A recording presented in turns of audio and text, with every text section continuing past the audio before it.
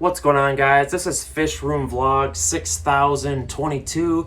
No, I'm just kidding. But I'm having some issues with my aquarium Amazon sword plants. It's like they're melting, they're dying back, they're turning yellowish brown. I have some holes in the leaves, and I figured what better time to do a video on Amazon swords than right now when I'm having this issue. So let's go take a look and kind of deep dive into some plant nutrient deficiencies. So it's just another weeknight over here at Palmer Aquatics. When I get time to myself, I'm always just working on my fish tanks. That's just how I am, kind of a lone wolf. So what we're doing is deep diving into these tanks, and I did notice that the Amazon swords in this 20-gallon tall aquarium, they got holes in them, and they're starting, the leaves, the foliage and the leaves are kind of turning a yellow color. I wouldn't say they're necessarily melting back yet, but something is definitely up. So when you think your Amazon sword is dying, it's probably just Mother Nature trying to tell you that there's a deficiency within the plant. I know a lot of people initially think that the snails are eating away the leaves and they get super pissed off, but chances are that it's not the snails and it's actually a plant deficiency. And if you, like right here, you can tell on this water wisteria that the leaves on here, this plant actually has a deficiency as well. So, and a lot of times, it really depends the type of plant you have that's dying back. But in this case, Amazon sword is a heavy root feeder, so we know that the roots are deficient of nutrients. So what I'm going to do here is kind of trim back this Vallisneria to kind of get a better look at the Amazon sword itself. I love me some jungle val, but holy crap does this stuff grow fast, and it's like a full-time job kind of like weaning it back like this. So here's the Amazon sword behind it. You can kind of get a look. I'm having some like pinholes in the leaves, and if you look at some of the diagrams on the internet, you can Google search aquarium plant deficiency diagram,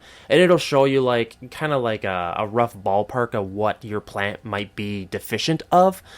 And it turns out that Amazon swords, when there's holes in the leaves, it's most likely a potassium deficiency. So what I'm going to do is just try to feed these guys a root tab that you put in the substrate to feed the roots essentially some potassium. Ideally, if I was a super geek, I could make some root tabs on my own, kind of like the DIY setup where you do the gel capsules. I've made them before and done a video on it, but if I'm being completely honest, I just, I had a lot of ammonia issues that leached into the water column, and ever since I kind of just been sticking with the main go-to brands as far as root tabs go.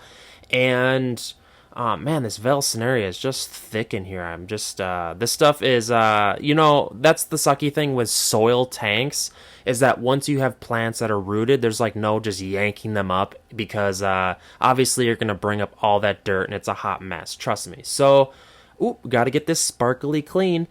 As I was saying, most of the big brand root tabs have a lot of the generic micros and macronutrients that plants need, like iron, potassium. Those are the two common deficiencies that plants have, especially root feeders like Amazon swords. I could blast particular names like API root tabs or H2O Pro root tabs.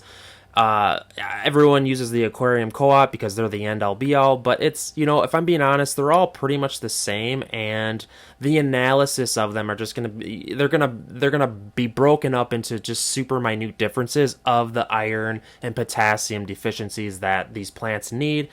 Obviously, a lot of plants need nitrogen as well. That's a huge factor when it comes to feeding plants as well, nitrogen. So the first steps you're going to want to do when your Amazon sword is melting back or dying or changing colors to a yellow or brown, you're going to want to probably trim back the leaves that are already dying, and you can kind of tell when they've gone too far south to where you don't think they're coming back. Just go ahead and trim them. The key is to kind of trim them down lower to the stem, and then after you trim them, they should come back a new plant. It kind of sucks killing it back, but that's just how it goes. So your Amazon sword is deficient of a certain nutrient. The trick is to kind of figure it out. You can buy yourself some generic root tabs, or you can kind of geek out and do a DIY root tab. I've had some funky issues.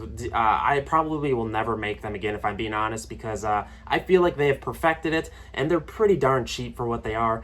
I don't know, that's my personal opinion, and I'm a cheapskate. So if I'm buying those, it's probably worth just making them. So hopefully that helps answer the problems with your Amazon sword. Please let me know in the comment section, guys. I want to hear from you.